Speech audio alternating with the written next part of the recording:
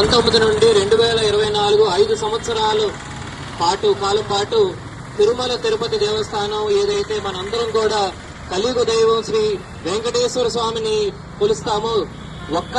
ఆంధ్ర రాష్ట్రమే కాకుండా ప్రపంచ వ్యాప్తంగా కూడా భక్తులందరూ కూడా ప్రతి సంవత్సరం ఆ వెంకటేశ్వర స్వామిని కొలుస్తాం. అటువంటి వెంకటేశ్వర స్వామి ఆలయం తిరుమలలో ఈ రోజు ఏదైతే భక్తి శ్రద్ధలతో ఈ రోజు భక్తులందరికీ కూడా అందజేసేటువంటి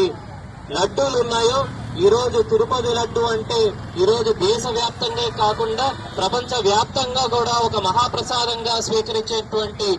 తిరుమల లడ్డూలో నెయ్యిని కల్తీ చేశారని చెప్పేసి ఈ రోజు సిబిఐ సంస్థ వారు సుప్రీంకోర్టులో అఫిడవిట్ దాఖలు చేయడం, చివరి ఛార్జ్ షీట్ లో ఈ రోజు తేలినంశంగా 250 కోట్ల రూపాయలకు టెండర్ పిలిస్తే అందులో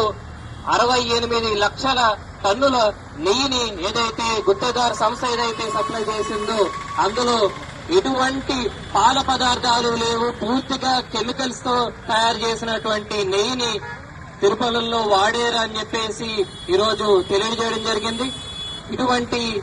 నీచ చర్యలకు పాటుపడి వైఎస్ఆర్ కాంగ్రెస్ పార్టీ వారు ఏదైతే ల్యాండ్ లో గాని, మైన్ లో గాని, వైన్ లో గాని, శాండ్ లో గాని ఏవైతే అక్రమాలకు పాల్పడ్డారో అందుకు మన హైందవ దేవాలయాలను కూడా వదలకుండా అందులో కూడా ఏదైతే ఈ అవినీతికి పాల్పడ్డారో దీనికి వారు బదులు చెప్పాలి. అదే విధంగా వారికి ఏమాత్రమైనా చిత్తశుద్ధి ఉంటే హైందవ సమాజం పట్ల వారికి ఎటువంటి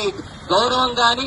హైందవ సాంప్రదాయాల పట్ల, అదే విధంగా వెంకటేశ్వర స్వామి పట్ల వారికి ఎటువంటి భక్తి శ్రద్ధలు ఉన్నచో వారు బహిరంగ క్షమాపణ కూడా చెప్పాలని చెప్పేసి గట్టిగా కోరుకుంటూ ఈ రోజు సమాజంలో ఉన్నటువంటి హిందువులకు కానివ్వండి, ముస్లింలకు కానివ్వండి, ఏ మతం అన్నా సరే ఈ రోజు దేవాలయాల్ని గాని, మతాల్ని గాని గౌరవించాల్సిన బాధ్యత తీసుకోవాల్సినటువంటి నాయకులు డబ్బులకి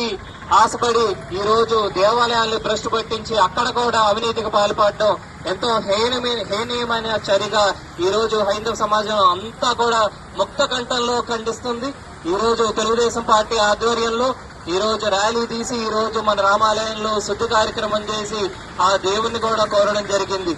ఇటువంటి కార్యక్రమానికి పాల్పడినటువంటి వైఎస్ జగన్మోహన్ రెడ్డి గారికి, అదే విధంగా అన్య మతస్థులతో భ్రష్టు పట్టించినటువంటి టీటీడీ అప్పటి యాజమాన్యానికి అందరినీ కూడా కోర్టులో కఠినంగా శిక్షించాలని చెప్పేసి డిమాండ్ చేస్తూ ఈ ర్యాలీ తీయడం జరిగింది. ఈ కల్తీ ద్రోహి వైఎస్ జగన్మోహన్ రెడ్డి గారిని, అదే విధంగా వారి నాయకుల్ని త్వరలోనే జైలుకు వెళ్లాలని చెప్పేసి ఆ దేవుని కూడా ప్రార్థిస్తా ఉన్నాను. జై హింద్.